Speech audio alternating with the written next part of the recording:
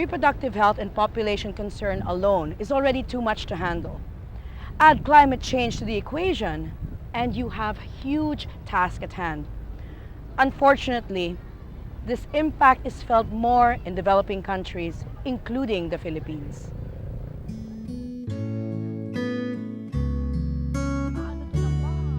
Good morning po. Magkakakilala na kayo lahat dito. Paano kung may gusto pang lumipat dito?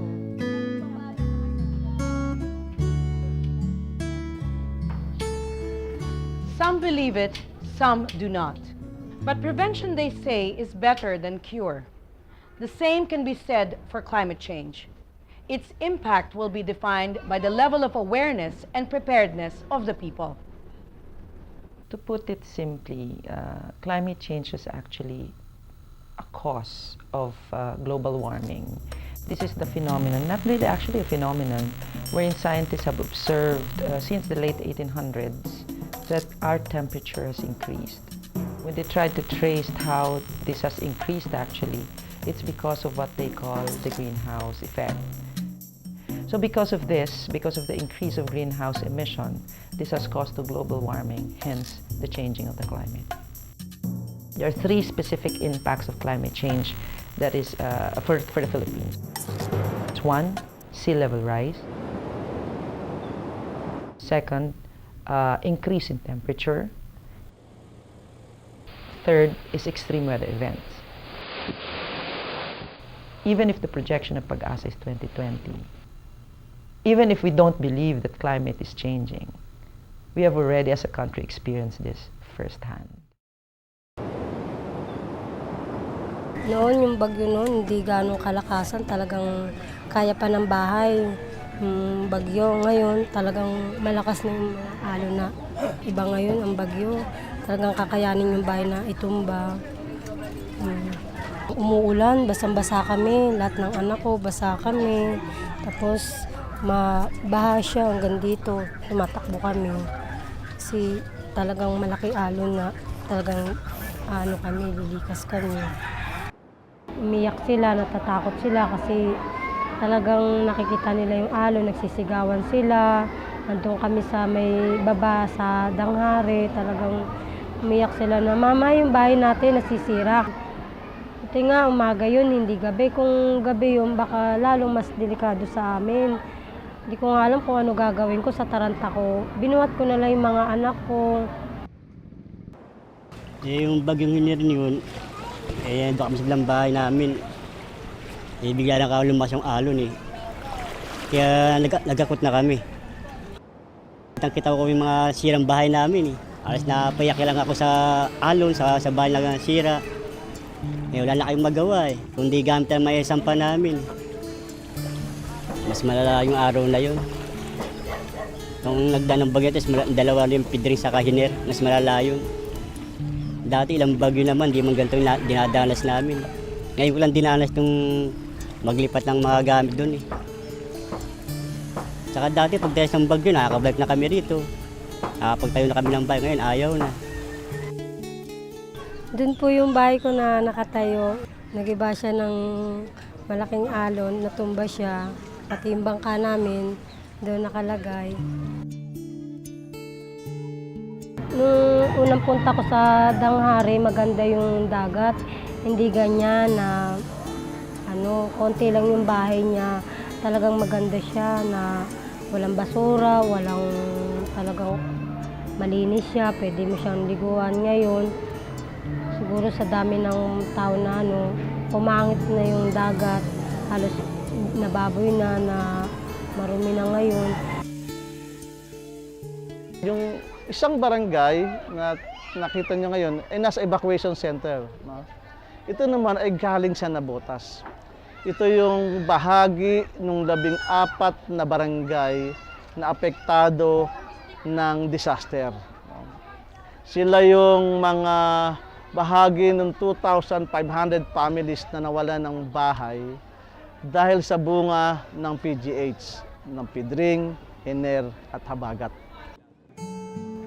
Dahil walang mapaglilipatan, ang lokal na gobyerno at pambansang gobyerno ay nagpasya na ito ay dalhin sa mga basketball court ng NBBS, na North Bay Boulevard South sa Navotas. At ngayon ay nakabahagi sila ng mahigit pang sa dating 10,000 mahigit na may natitira pa ngayon ng mga 3 hanggang 4,000 ay nakatira pa sa 12 basketball court evacuation centers sa NBBS.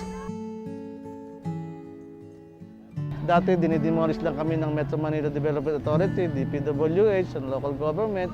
Ngayon ang dumidemolish sa amin ay malaking alon, mataas na baha, dire-diretsong mga pag-ulan. The Philippines is considered vulnerable. There was one study that came out from an insurance risk management company that says that the Philippines is number 6 in the world and most vulnerable, citing 3 things: number of people exposed to risk, number of risk, and this infrastructure that goes with it.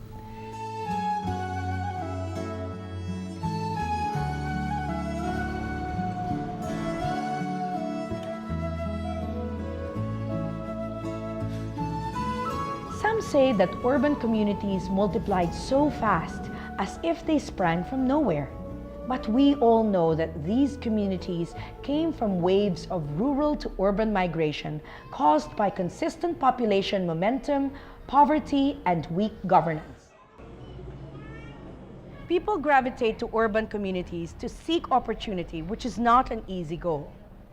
Once the less fortunate become the least fortunate one, they add to these communities that live under hostile environments, receive little basic social services, if at all, and live in disaster-prone areas.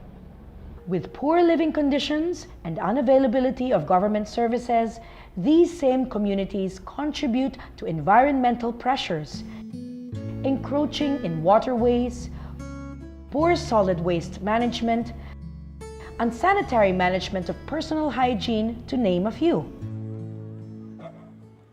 Population, poverty, and climate change are truly and verifiably interlinked. The more the population, the harder is it to alleviate poverty.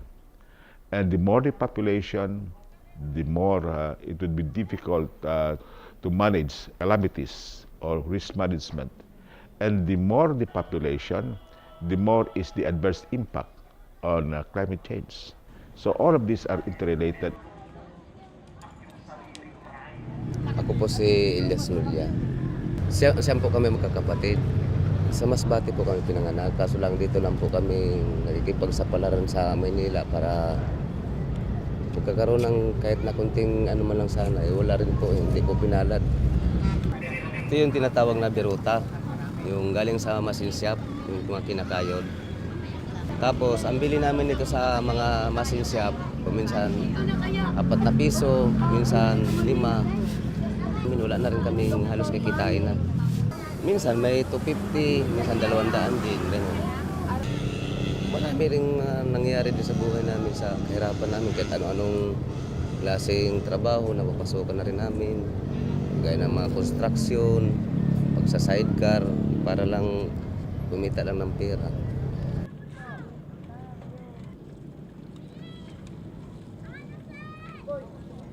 Ang alam ko, dinimulis ito noong 1997. Kaya lang, ang tao, bumabalik gawa ng yung pinaglilipatan, walang trabaho, tapos walang paaralan, malayo sa paaralan. Dito, kompleto.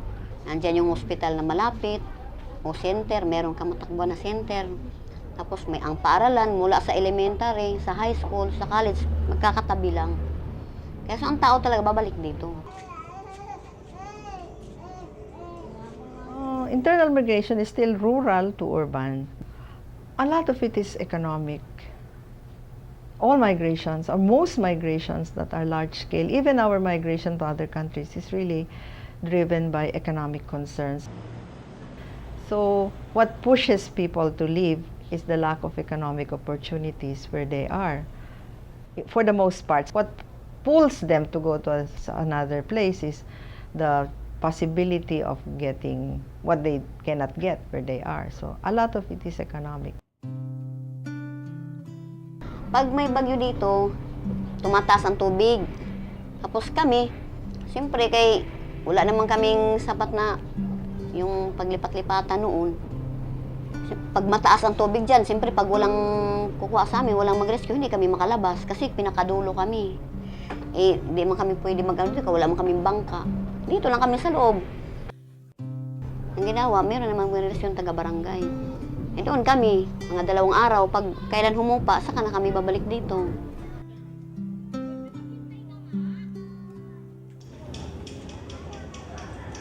Pagka may bagyo, nagkakasakit yung mga anak ko, humingi nila ako ng tulong sa mga kagawad na pambili ng gamot kasi wala kami minsan pambili ng gamot na talagang ibibili kasi yung kinikita niya talagang kulang pa sa amin kung ano yun. Nakakakuha kami ng 2 kilong bigas, 5 Lucky Me, 4 na sardinas, yun ang pumipila ko, tapos kinukuha ko yung rasyon. Pag uwi ko galing dito, yun ang niluluto ko sa kanila, yun ang pinapakain ko sa kanila.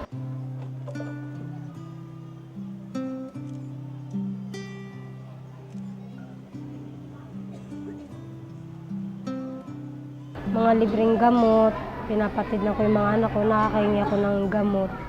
Gamot lang, mga ubo, sa lagnat, sa pagtatay, yun lang na natatanggap kong biyaya na nanggagaling sa kanila. Though how much we have to engage in population management, if the population growth rate is runaway, then it would be very difficult to manage that population. In the same manner that risk management becomes more difficult if there are numerous people to be recipient of assistance and relief during calamities. We have experienced this during the time of Ondoy and Sendong.